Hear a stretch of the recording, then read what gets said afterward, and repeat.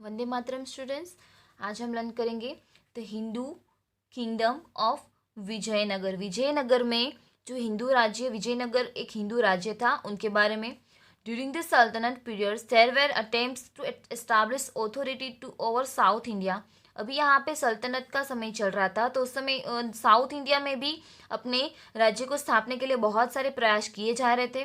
Alauddin Khilji was the first ruler to launch an attack. Alauddin Khilji जो थे उन्होंने साउथ इंडिया में पहली बार अटैक किया था। He carried away enormous wealth from Devagiri, और वो अपने साथ खूब सारा धन देवगिरी से दिल्ली में लेकर गए थे। Subsequently Malik Kafur destroy the kingdom of Warangal. अभी यहाँ पे एक राज्य था वरंगल जिसका मलिक कफर जो था उन्होंने नाश किया था। मलिक काफरे अदरवाइज मलिक कफर, उन्होंने यहाँ वरंगल को डिस्ट्रॉय कर दिया था। The condition of south India worsened during the time of Muhammad Tughlaq. अभी साउथ इंडिया की कंडीशन बहुत ही खराब हो रही थी मोहम्मद तुगलक के समय में। Simultaneously the Hindu empire of Vijayanagar and Bahmani Sultanate were also establish in South India. अभी साउथ इंडिया में उसी समय दो साम्राज्य जो कि दो हिंदू साम्राज्य थे उनकी स्थापना हुई थी, विजयनगर एंड बहमनी सल्तनत। After the defect of the ruler of Warangal the two brothers of Jadhav clan, Harihar and Bukka established the Vijayanagar kingdom under the inspiration of Swami Vidyaranya.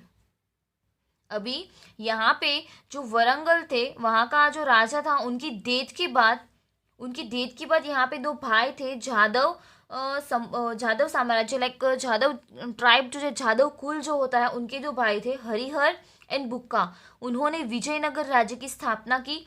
किसकी इंस्पिरेशन से? स्वामी विद्यारण्य ने उसको इंस्पायर किया कि आप विजयनगर नामक एक हिंदू साम्राज्य की स्थापना करो, इसलिए उन्होंने ये काम हाथ धरा। तो Vijayanagar kingdom was establish in the south of the Tungabhadra river in 1336 CE. Within a short period of 8 years, the kingdom was extended from river Tungabhadra to Kanyakumari. Tungabhadra मतलब लाइक साउथ इंडिया से नॉर्थ इंडिया, साउथ इंडिया पूरा यहाँ पे cover हो गया। तुंगभद्रा से कन्याकुमारी ये दोनों की साउथ इंडिया में आए हुए हैं। तो यहाँ पे तुंगभद्रा के किनारे 1336 के ईयर में ये विजयनगर की स्थापना हुई और 8 ही साल के अंदर इन्होंने अपना साम्राज्य बहुत ही बढ़ा दिया। Bukka ascended the throne after the death of Harihar. अभी हरिहर वहाँ का राजा था लेकिन उसके मर जाने के बाद बुक्का ने यहाँ की गद्दी संभाली। His descendants being weak a new dynasty come to a power. अभी उनका जो शासन था वो थोड़ा सा वीक हो गया, उनके वंशज जो थे वो बहुत ही वीक होते गए और यहाँ पे नया शासन आने लगा। Krishnadev Narayan was a powerful ruler. Krishnadev Rai, यहाँ पे लिखा है कृष्णदेव राय जिसकी फोटो आपके यहाँ पे बाजू में दी गई है। तो कृष्णदेव राय जो थे वो बहुत ही पावरफुल रूलर थे इस वंश के। कृष्णदेव राय रूल्स फ्लोरिश इन साउथ इंडिया। अभी उनकी सत्ता कहाँ पे फैली हुई थी? साउथ इंडिया में। He had good relation with the Europeans and was the lover of art and literature. अभी जो कृष्णदेव राय वो बहुत ही अच्छे राजा थे और उनके यूरोपियन के साथ ही बहुत अच्छे रिलेशन थे, इसलिए और साथ ही साथ वो आर्ट एंड लिटरेचर के बहुत ही यानी कि कला प्रेमी थे। He construct canals in South India with the help of an engineer called योमके। योमके नाम का एक इंजीनियर था, उसकी मदद से उन्होंने साउथ इंडिया में कैनाल बनाई। Foreign travellers who visited Vijayanagar have appreciate his grandeur. अभी जो फॉरेन से विदेश से जो मुसाफिर आए थे ना उन्होंने विजयनगर की एक भव्यता की बहुत तारीफ की थी। There were grand temples and forts in the kingdom. अभी वहाँ पे बहुत ही बड़े बड़े टेम्पल्स और किले थे।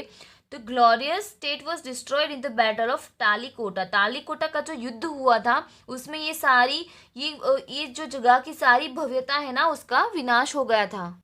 अभी हम लर्न करेंगे द बहमनी सल्तनत। अभी हमने ऐसा देखा आगे कि साउथ इंडिया में दो हिंदू राज्य थे, एक तो विजयनगर एंड बहमनी सल्तनत। तो हम बहमनी सल्तनत के बारे में लर्न करेंगे। The amirs in the Deccan rebelled. अभी अमीर जो है ना कुछ अमीरों जो थे उन्होंने दक्कन में बहुत सारा लाइक कुछ प्रॉब्लम्स क्रिएट किया था, वहाँ पे बहुत बार अटैक्स किए थे।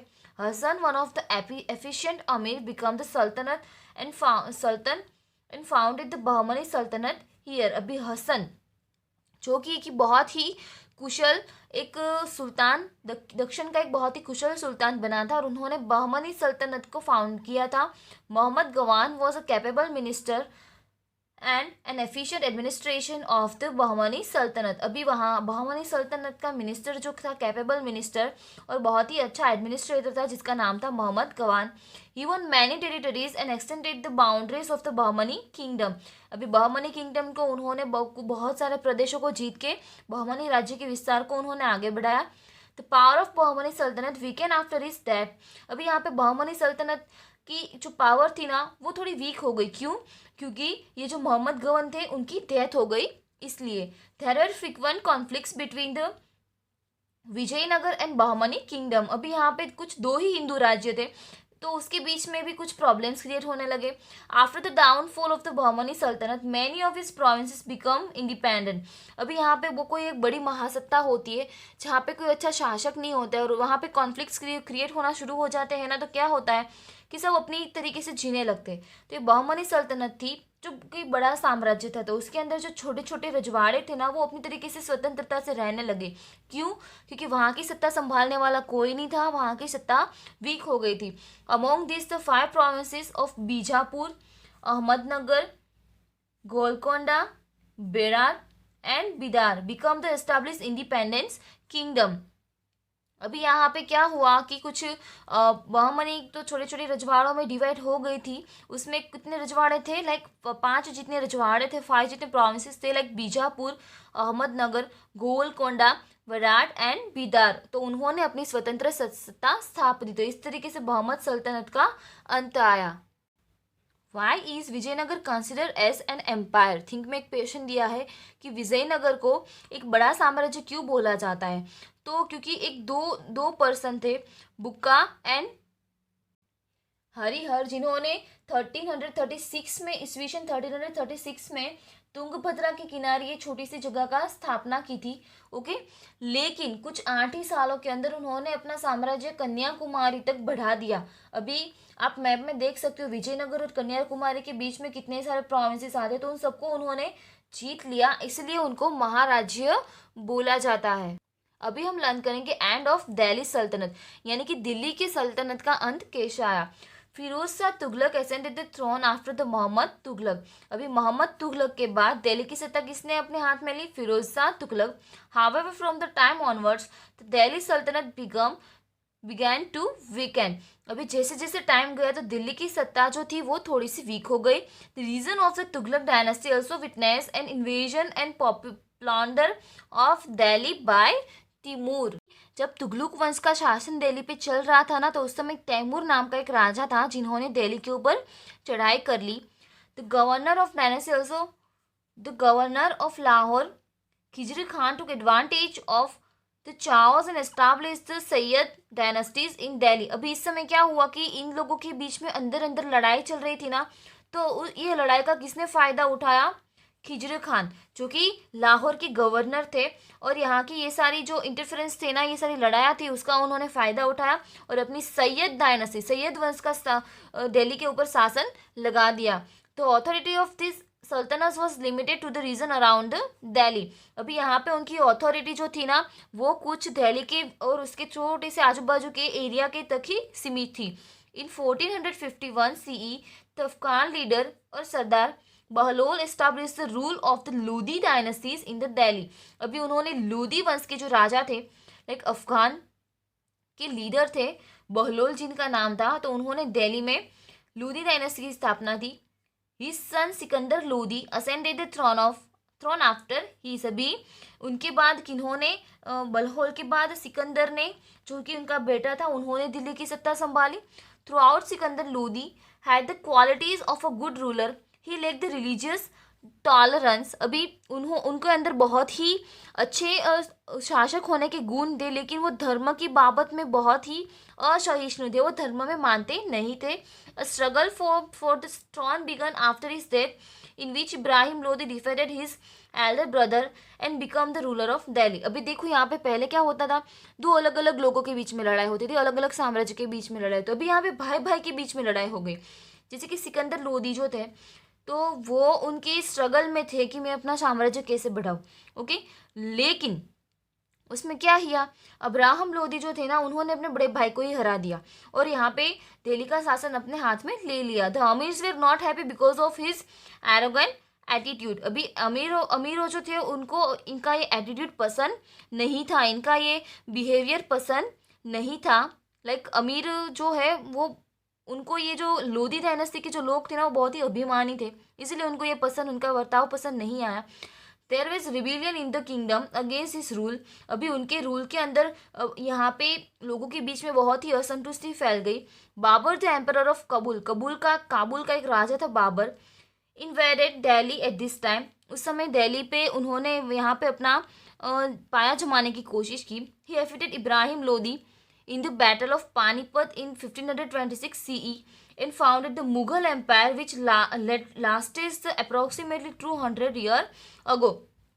अभी यहाँ पे क्या हुआ, लास्ट में क्या हुआ, दिल्ली की सिचुएशन 1526 के ईयर में ईस्वीसन पूर्व, जो बाबर था जो कि काबुल का राजा था, तो वैसे तो राज्य में बहुत सारी प्रॉब्लम चल ही रही थी लोधी डायनेस्टीज के बीच में, साथ ही साथ बहुत लोग उनके बिहेवियर के ऑपोजिट थे।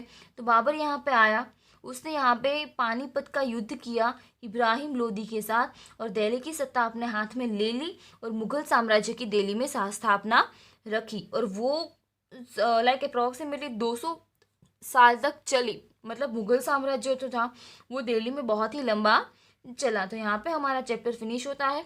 तो बहुत ही कॉम्प्लिकेटेड चैप्टर था, लेकिन आपको एक स्टोरी के हिसाब से इसको लेना है तो आपको अच्छे से याद आ जाएगा। ओके, लाइक रट्टा मारना है नहीं, इसको याद ही रखना है, इस तरीके नहीं जैसे हम कैसे स्टोरी लर्न करते हैं, तो उस तरीके से ही सिर्फ लर्न करना है, आपको इजीली समझ में आ जाएगा। अभी यहाँ पे आपको कंप्लीट करनी है आपकी एक्सरसाइज। पहला है वो एस्टैब्लिश स्लेव डायनेस्टी। तभी इस गुलाम वंश की स्थापना किसने की थी, तो वो हम आगे भी लर्न कर चुके हैं। तो आंसर आएगा कुतुबुद्दीन ऐबक। तो Qutubuddin Aibak establish the slave dynasties.